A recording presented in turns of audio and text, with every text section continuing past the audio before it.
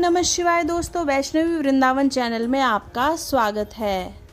आइए आज सुनते हैं श्री महापुराण का 7वां अध्याय। ओम श्री गणपति नमः। बोलो गणपति भगवान की जय। 7वां अध्याय श्री पुराण सुनने वालों के पालन करने योग्य नियमों का वर्णन। सूत जी बोले, शौनक, अब श्री पुराण सुनने का व्रत लेने वाले पुरुषों के लिए जो नियम है उन्हें भक्ति पूर्वक सुनो। नियम पूर्वक इस श्रेष्ठ कथा को सुनने से बिना किसी विघ्न बाधा के उत्तम फल की प्राप्ति होती है। जो लोग दीक्षा से रहित हैं उनका कथा सुनने में अधिकार नहीं है। अतः मुने, कथा सुनने की इच्छा वाले सब लोगों को पहले वक्ता से दीक्षा ग्रहण करनी चाहिए। जो लोग नियम से कथा सुने उनको ब्रह्मचर्य से रहना, भूमि पर सोना, पत्तल में खाना और प्रतिदिन कथा समाप्त होने पर ही अन्न ग्रहण करना चाहिए। जिसमें शक्ति हो वह पुराण की समाप्ति तक उपवास करके शुद्धता पूर्वक भक्ति भाव से उत्तम शिव पुराण को सुने।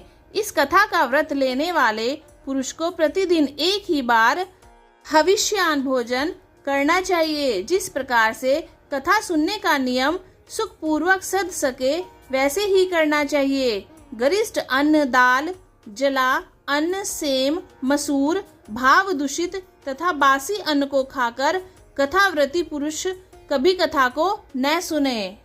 इसने कथा का व्रत ले रखा हो वह पुरुष प्याज, लहसुन, हींग, गाजर, मादक वस्तु तथा आमिष कही जाने वाली वस्तुओं को त्याग दे। कथा का व्रत लेने वाला पुरुष काम, क्रोध आदि 6 विकारों को, ब्राह्मणों की निंदा को तथा पतिव्रता और साधु संतों की निंदा को भी त्याग दे। कथाव्रती पुरुष प्रतिदिन सत्य, शौच, दया, मौन, सरलता, विनय तथा हार्दिक उदारता इन सद्गुणों को सदा अपनाए रहे। सुनने वाला निष्काम हो या सकाम वह नियम पूर्वक कथा सुने। सकाम पुरुष अपनी अभीष्ट कामना को प्राप्त करता है और निष्काम पुरुष मोक्ष पा लेता है। दरिद्र, क्षय का रोगी, पापी, भाग्यहीन तथा संतान रहित पुरुष भी इस उत्तम कथा को सुने। काक, बंध्या आदि जो 7 प्रकार की दुष्ट स्त्रियां हैं वे तथा जिसका गर्भ गिर जाता हो वह इन सभी को श्री पुराण की उत्तम कथा सुननी चाहिए। मुने, स्त्री हो या पुरुष सबको यत्न पूर्वक विधि विधान से श्री पुराण की यह उत्तम कथा सुननी चाहिए। महर्षि इस तरह श्री पुराण की कथा के पाठ एवं श्रवण संबंधी यज्ञोत्सव की समाप्ति होने पर श्रोताओं को भक्ति एवं प्रयत्न पूर्वक भगवान शिव की पूजा की भांति पुराण पुस्तक की भी पूजा करनी चाहिए। तदंतर विधि पूर्वक वक्ता का भी पूजन करना आवश्यक है। पुस्तक को आच्छादित करने के लिए नवीन एवं सुंदर बस्ता बनाएं और उसे बांधने के लिए दृढ़ एवं दिव्य डोरी लगाएं।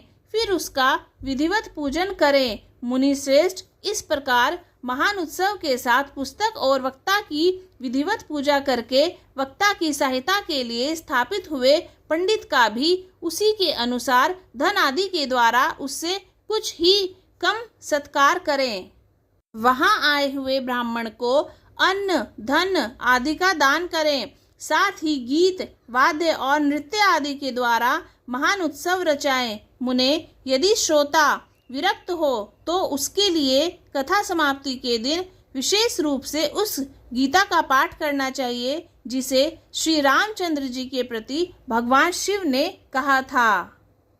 यदि श्री पुराण सुनने वाला ग्रस्त हो तो उस बुद्धिमान को उस श्रवण कर्म की शांति के लिए शुद्ध अविष्य के द्वारा होम करना चाहिए। मुने, रुद्र संहिता के प्रत्येक श्लोक द्वारा होम करना उचित है अथवा गायत्री मंत्र से होम यानी हवन करना चाहिए, क्योंकि वास्तव में यह पुराण गायत्रीमय ही है। अथवा श्री पंचाक्षर मूल मंत्र से हवन करना उचित है।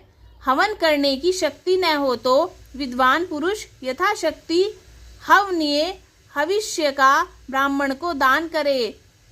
अतिरिक्त रूप दोषों की शांति के लिए भक्ति पूर्वक शिव सहस्त्र नाम का पाठ अथवा श्रवण करें। इस पाठ को करने या सुनने से सब कुछ सफल होता है, इसमें संशय नहीं है, क्योंकि तीनों लोकों में उससे बढ़कर कोई वस्तु नहीं है। कथा सुनने संबंधी व्रत की पूर्णता की सिद्धि के लिए 11 ब्राह्मणों को मधु मिश्रित खीर भोजन कराएं और उन्हें दक्षिणा दें। मुने, यदि शक्ति हो तो 3 तोले सोने का एक सुंदर सिंहासन बनवाएं और उस पर उत्तम अक्षरों में लिखी अथवा लिखाई हुई शिव पुराण की पोथी विधि पूर्वक स्थापित करें। तत्पश्चात पुरुष उसकी आवाहन आदि विविध उपचारों से पूजा करके दक्षिणा चढ़ाएं। फिर जितेंद्रिय आचार्य का वस्त्र आभूषण एवं गंध आदि से पूजन करके दक्षिणा सहित वह पुस्तक उन्हें समर्पित कर दें। उत्तम बुद्धि वाला श्रोता इस प्रकार भगवान शिव के संतोष के लिए पुस्तक का दान करे। शौनक, इस पुराण के उस दान के प्रभाव से भगवान शिव का अनुग्रह पाकर पुरुष भव बंधन से मुक्त हो जाता है। इस तरह विधि विधान का पालन करने पर श्री संपन्न शिव पुराण संपूर्ण फल को देने वाला तथा भोग और मोक्ष का दाता होता है। मुने, शिव पुराण का वह सारा महात्म्य जो संपूर्ण अभिष्ट को देने वाला है मैंने तुम्हें कह सुनाया। अब और क्या सुनना चाहते हो? श्रीमान, शिव पुराण समस्त पुराणों के भाल का तिलक माना गया है। यह भगवान शिव को अत्यंत प्रिय, रमणीय तथा भव रोग का निवारण करने वाला है। जो सदा भगवान शिव का ध्यान करते हैं, जिनकी वाणी शिव के गुणों की स्तुति करती है और जिनके दोनों कान उनकी कथा सुनते हैं, इस जीव जगत में उन्हीं का जन्म लेना सफल है। वे निश्चय ही संसार सागर से पार हो जाते हैं। भिन्न भिन्न प्रकार के समस्त गुण जिनके सच्चिदानंदमय स्वरूप का कभी स्पर्श नहीं करते, जो अपनी महिमा से जगत के बाहर और भीतर भासमान है तथा जो मन के बाहर और भीतर वाणी एवं मनोवृत्ति रूप में प्रकाशित होते हैं, उन अनंत आनंद घन रूप परम शिव की मैं शरण लेता हूँ। तो शिव परिवार की जय। दोस्तों, यह था शिव पुराण का 7वां अध्याय। शिव पुराण की सभी कथा सुनने के लिए मेरे चैनल को सब्सक्राइब कीजिए और वीडियो को लाइक कीजिए। ओम नमः शिवाय।